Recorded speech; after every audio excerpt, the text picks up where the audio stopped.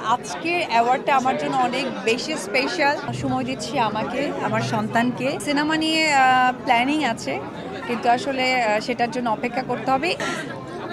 Style, আমরা যেহেতু অভিনেত্রী, সো আমাদের কাছ থেকেই মানুষ কি বলে স্টাইলটা শেখে। দরদ সুপার একটা সিনেমা। আমি একটু ক্রিয়েটিভ কাজ করতে পছন্দ করি। আমাকে এখানে আমন্ত্রণ জানিয়েছে, আমাকে অ্যাওয়ার্ড দিয়েছে। আজকের অ্যাওয়ার্ডটা আমার জন্য অনেক বেশি স্পেশাল, কারণ লাল শাড়ি অভিনয় করা এবং প্রযোজক হিসেবে এখানে অ্যাওয়ার্ডটা পেয়েছি।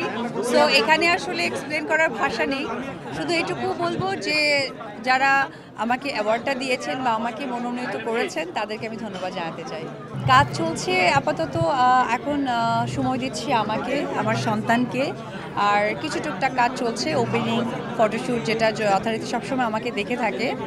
আর সিনেমা নিয়ে প্ল্যানিং আছে, কিন্তু আসলে সেটার জন্য অপেক্ষা করতে হবে। এই বিষয় নিয়ে এই জন্য বলবো না, আমি চাই কাজ নিয়ে সকলের সামনে কথা বলতে। স্টাইল আর কিছুই না। সিফাতেরটাও দেখা যাও একসাথে দুইজনে। আসলে আমরা যেহেতু অভিনেত্রী, সো আমাদের কাছ থেকেই মানুষ কি বলে স্টাইলটা শেখে। তো এটা একটা স্টাইলের পার্ট বলতে পারেন, নাথিং এলস। ড্রেসের সাথে ম্যাচ করা, হ্যাঁ এক্স্যাক্টলি। দরদ সুপার একটা সিনেমা। আসলে ডে বাই ডে মানে এই সিনেমাগুলোর কারণে এখন মনে হয় যে বাংলা চলচ্চিত্র অভিনেত্রী বলতে প্রাউড লাগে।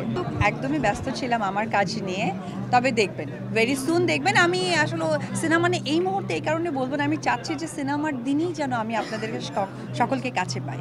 আমি একটু ক্রিয়েটিভ কাজ করতে পছন্দ করি, খুব সিলেক্টিভ।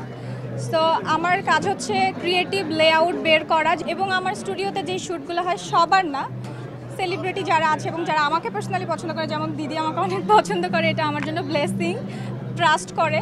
সো আমি চেষ্টা করি যারা আমার খুবই ক্লোজ টু হার্ট তাদের আসলে খুব সুন্দর মতো করে একটা লেআউট দিয়ে আমি আসলে তাদের প্রেজেন্ট করতে। That's it.